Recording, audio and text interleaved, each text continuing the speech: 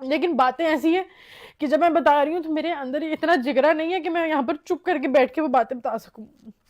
میں نے ان کے پیرنٹس کے سامنے کہا میں انگوٹھا ڈال کے بیٹھ جاتی ہوں, آپ مجھے الگ گھر میں رکھ لیں گے. الگ گھر میں رہنے کا مقصد یہ تھا, میں ان کو ان کے پیرنٹس سے دور کر رہی ہوں. اور مجھے بہت زیادہ گندی گالیاں نکالتے تھے, اور انہوں نے مجھے اتنا زیادہ ڈرایا ہوا تھا, ہم تم سے بچی چھین لیں گے. بچی مجھ سے بچی کھینچ کے باہر لے جاتے تھے. اور یہ جو کہہ رہے میں نے پولیس بلائی تھی, انہوں نے مجھ پر ہاتھ اٹھایا. انہوں نے کیا ہوا, یہ جو کہہ رہے ہیں کہ برتھ ڈے پہ ماں اسٹیج پر چڑھی تو اس نے مجھے کھلا لے لیا. آپ خود بھی سمجھدار ہیں, ایک ماں اسٹیج پر چڑھ کے آئی, اس بات سے میں ان سے کھلا لے لوں گی, اتنی سی بات سے میں کھلا لے لوں گی. اس بات پہ ہماری لڑائی ہوئی تھی کہ میرا تھا کہ یہ بات سچی ہے. میں نے ان کو کہا تھا کہ ان کو پیرنٹس کو کہ میں نے اپنی بیٹی کا ایونٹ ہے, میں نے اور آپ نے کیک کٹ کرنا ہے, ہماری میموری کریٹ کرنی ہے ہم نے. انہوں نے سب کے سامنے میرے سے بدتمیزی کی. میں نے کہا سمی سب دیکھ رہے ہیں. تو انہوں نے گالی دے کے کہا میرے اس کو بھی میرے ادھر بھی مجھے فرق نہیں پڑتا, میں زیادہ بات نہیں میں بتا سکتی, مجھے فرق نہیں پڑتا. انہوں نے گالی دے کے کہا. ہماری کٹنگ ہو گئی, ہم گھر گئے, ہم نے خوشی خوشی گفٹس اوپن کیے. ہم نے گفٹس اوپن کیے, ہم لوگ سو گئے. صبح میں سوئی ہوئی ہوں, یہ اندر روم میں سو رہے تھے, میں ٹی وی لانچ میں سو رہی تھی. میں صبح سوئی ہوں, یہ صبح اٹھ گئے تھے. میری ایک دوست کی ہو گئی مدر کی ڈیتھ. 12 بجے میری فیملی میں سے ان کو کال کیا کہ ان کی ڈیتھ ہو گئی ہے نا, اس کی دوست کی مدر کی ڈیتھ ہو گئی ہے, تو اس کو بتا دو. تو انہوں نے آگے سے کہا ہم ابھی سو رہے ہیں, جب اٹھیں گے تو بتا دیں گے, ٹھیک ہے, ہماری نیند پوری نہیں ہے. میں شام کو سو کے اٹھی, کیونکہ میں 9 بجے سوئی تھی.